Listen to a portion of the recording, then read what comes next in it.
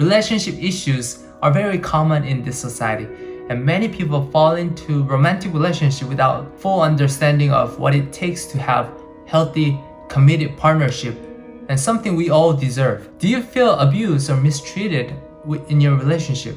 Do you find yourself stuck in repetitive cycle of unhealthy patterns? Do you find yourself feeling more frustrated than fulfilled with your partner? Do you sometimes say things that later that you regret? If your answer is yes or maybe to these questions, you're in the right place. Today we're going to talk about actionable tools on how to have healthy relationship. Let's dive in.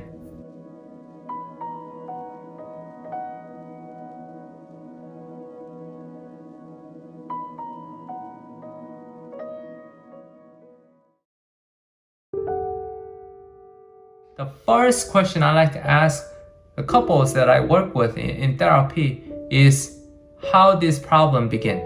According to John Gottman, a researcher and clinician on relationship issues and marital stability, there are 4 signs of significant relationship issues. The signs are harsh startup, the 4 horsemen, flirting, and the body language. Let's talk a bit about each sign. The first, the harsh startup. When the first word out of your mouth or your partner's mouth sound critical, accusatory, or sarcastic, it's called harsh startup. Beginning of the conversation, it's important because it kind of setting the tone for that whole communication. If you find yourself speaking to your partner with harsh startup, the best thing to do is to taking time to feel your feelings and regulate those feelings. The second sign, called the Four Horsemen, has 4 components. They are criticism, contempt, defensiveness, and stonewalling.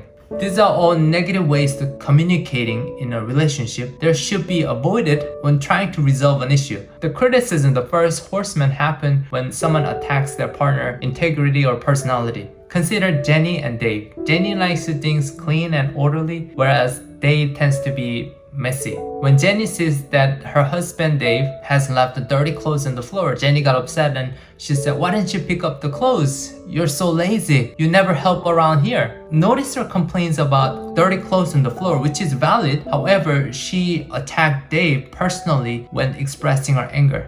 Alright, contempt, the second horseman, arises when a partner expresses superiority over his partner. It's important to have equality in relationship. However, when we try to act superiorly, it causes some tension. Some examples of contempt include eye rolling, name calling, mockery, and sarcastic humor. The defensiveness, the third horseman, is not accepting the responsibility of your own behavior. It's like placing the blame on the other person and taking an innocent victim stance. The last is stonewalling. It's when a partner shuts down and ignores the other partner.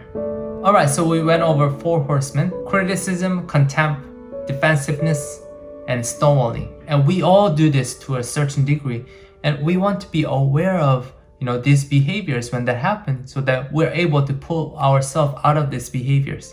Alright, moving on to flirting. Alright, let's say that a partner frequently communicates with harsh startup or one or more the 4 horsemen.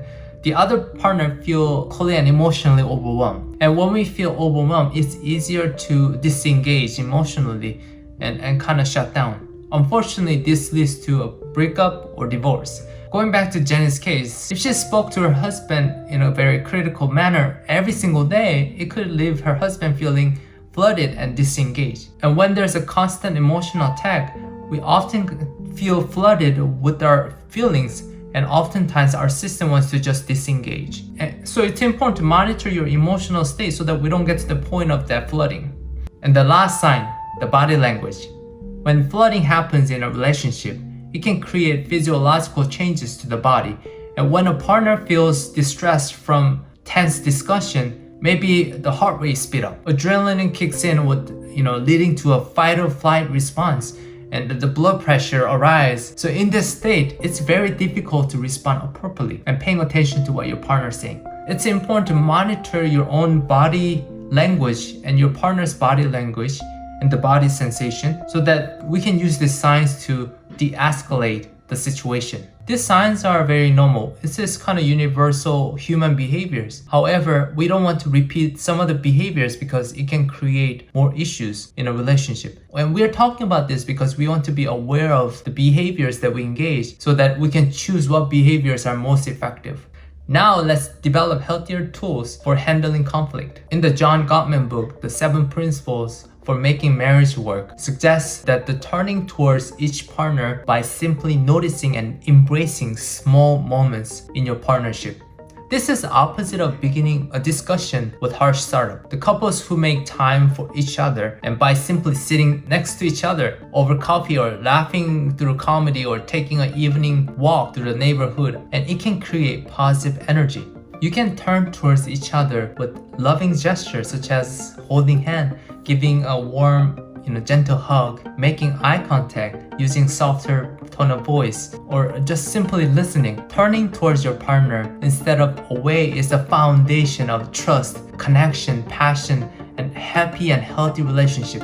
And of course, couple who turns towards each other still, experience disagreements and conflict. But with this foundation, they're able to work through the conflicts and embrace the differences. In order to turn towards each other, it's important to find a one way or multiple ways to do so. One simple yet powerful way to improve your relationship is spending some time exchanging open-ended questions. This invites you and your partner to open up about, your daily experiences, the values and emotions. Here's some open-ended questions I personally like to use. How do you feel about your job today? What was stressful and exciting? What goals do you have for tomorrow? What would you like to do, after dinner?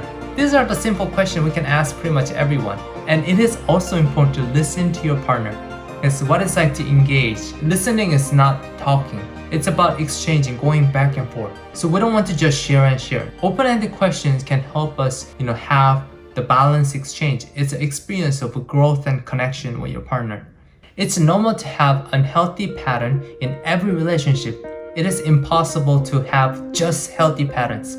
However, when we notice something unhealthy or toxic, it's important to address the issue and work together to repair the situation. Because it's about growing together, developing together. If everything is perfect, there's no point of growing or developing. So making unhealthy relationship healthy, it's not easy. Let's create healing time and space to admit that there's a problem. However, we can agree on what needs to be fixed. At first, the process will be frustrating and awkward, but I strongly believe that every effort that you're making is worthwhile. Even 1% change or a small amount of emotional connection with your partner is a step in the right direction. So I hope that you found this time valuable. I hope that you're going towards healthy relationship, and take good care of yourself and do your healing every day.